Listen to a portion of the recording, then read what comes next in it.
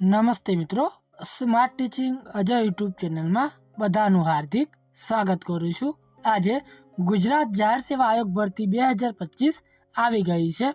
તેમાં જો વાત કરીએ તો લાયકાત શું રહેવાની છે, તો લાયકાત કોલેજ પાસ કરેલી હોવી જોઈએ।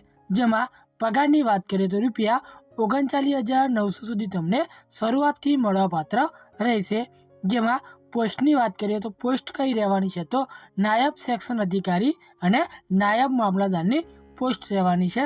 જેમાં અરજી કરવાની છેલ્લી તારીખ છે 17/2/2025 લગી તમે અરજી કરી શકો છો। આમાં ઉંમર મર્યાદા શું રહેવાની છે, પસંદગી પ્રક્રિયા, અરજી ફી શું રહેવાની છે જેવી સંપૂર્ણ માહિતી આપણે આ વિડીયોમાં જોવાના છીએ। જો તમે આ ચેનલ પર નવા હોય તો આ ચેનલને સબસ્ક્રાઈબ કરી દેવાની છે। વિડીયોના અંત સુધી તમારે જોડાઈ રહેવાનું છે। તો વિડીયોની શરૂઆત કરીએ।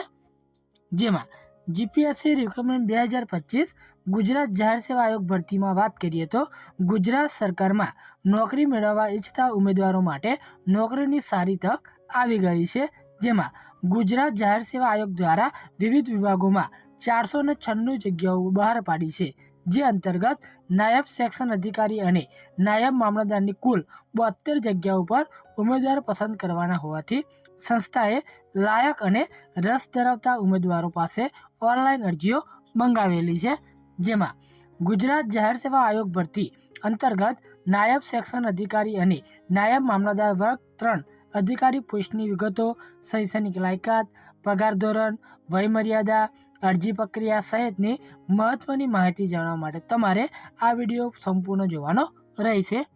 જેમાં વાત કરીએ તો સંસ્થા કઈ રહેવાની છે, તો ગુજરાત જાહેર સેવા આયોગ જીપીએસસી સંસ્થા રહેવાની છે। પોસ્ટની વાત કરીએ તો નાયબ સેક્શન અધિકારી અને નાયબ મામલતદારની પોસ્ટ રહેવાની છે। કુલ જગ્યાની વાત કરીએ તો 72 જગ્યાઓ ઉપર ભરતી થશે। જેમાં એપ્લિકેશન મોડ તો તમારે ઓનલાઈન અરજી કરવાની રહેશે। જેમાં વયમર્યાદાની વાત કરીએ તો 20 થી 45 વર્ષની વચ્ચે હોવા જોઈએ। જેમાં અરજી કરવાની છેલ્લી તારીખ છે 17 ફેબ્રુઆરી 2025 લગી તમે અરજી કરી શકો છો। ક્યાં અરજી કરવી, તો જે ઓફિશિયલ જે વેબસાઇટ છે ત્યાંથી તમે ઓનલાઈન અરજી કરી શકો છો। ત્યારબાદ આપણે પોસ્ટ પ્રમાણે વિભાગ પ્રમાણે જગ્યાઓની વાત કરીએ તો નાયબ સેક્શન અધિકારી વિભાગ કયો રહેવાનો છે, સચિવાલયનો। એમાં કુલ ટોટલ જગ્યાઓની વાત કરીએ તો 33 જગ્યાઓ। નાયબ સેક્શન અધિકારી વિધાનસભા કુલ જગ્યાની વાત કરીએ તો 1 જગ્યા। નાયબ મામલતદાર જેમાં જગ્યાઓની વાત કરીએ તો 38, એમ કુલ ટોટલ 72 જગ્યાઓ ઉપર ભરતી થશે।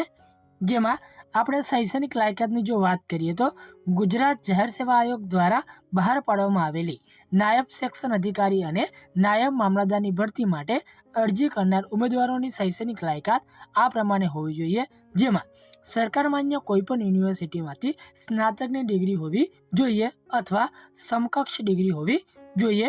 ઉમેદવારોને કોમ્પ્યુટરનું પ્રાથમિક જ્ઞાન હોવું જોઈએ। ત્યારબાદ ઉમેદવારને હિન્દી અને ગુજરાત ભાષાનું જ્ઞાન હોવું જોઈએ, તો તમે અરજી કરી શકો છો। ત્યારબાદ આપણે વયમર્યાદાની જો વાત કરીએ તો અરજી કરનાર ઉમેદવારો 20 વર્ષ પૂર્ણ કરેલા હોવા જોઈએ અને 45 વર્ષ પૂર્ણ કરેલા ન હોવા જોઈએ। ઉંમર અરજી કરવાની છેલ્લી તારીખના રોજ ગણવામાં આવશે। અરજી કરવાની છેલ્લી તારીખ આપણે જોઈ ગયા તે પ્રમાણે 17 ફેબ્રુઆરી 2025 રાખવામાં આવેલી છે। ત્યારબાદ પગાર ધોરણની જો વાત કરીએ તો આ પોસ્ટ ઉપર પસંદ પામેલા ઉમેદવારોને પ્રથમ 5 વર્ષ માટે ₹49,600 સુધી માસિક ફિક્સ પગાર તમને મળવાપાત્ર રહેશે।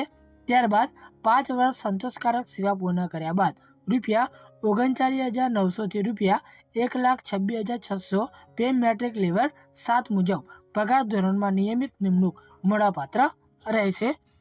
ત્યારબાદ આપણે અરજી ફીની જો વાત કરીએ તો અરજી ફી માટે તમારે ઓફિશિયલ નોટિફિકેશન જોવાનું રહેશે। એની લિંક પણ વિડીયોની નીચે આપી દીધેલી છે, ત્યાંથી તમે વધુ માહિતી એકત્રિત કરી શકો છો।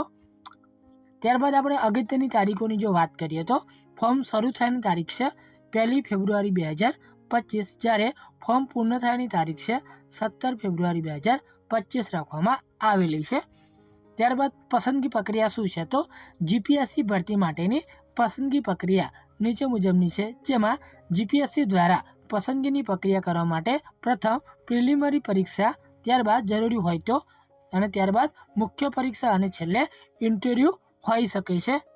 ત્યારબાદ અરજી કેવી રીતે કરવી, તો અરજી કરવા માટે ગુજરાત જાહેર સેવા આયોગની વેબસાઇટની મુલાકાત લો, એટલે કે જે વેબસાઇટ છે તેની મુલાકાત લેવાની છે। ત્યારબાદ લેટર્સ અપડેટ પર તમારે વિકલ્પો પર પસંદ કરીને ક્લિક કરવાનું છે। ત્યારબાદ જે ઓફિશિયલ જે વેબસાઇટ છે તેના પર જઈને તમારે વપરાશકર્તા પર ઉપર તમારે ક્લિક કરવાનું રહેશે। ત્યારબાદ ફોટો અને સહી સાથે પૂછવામાં આવેલી વિગતો તમારે યોગ્ય રીતે ભરવાની છે। ત્યારબાદ ફોર્મ સબમિટ કરો અને જો જરૂરી હોય તો તમારે અરજી ફી પણ ચૂકવવાની રહેશે। ત્યારબાદ ભવિષ્યના ઉપયોગ માટે તમારે એપ્લિકેશનની પ્રિન્ટ આઉટ સાચવવાની રહેશે।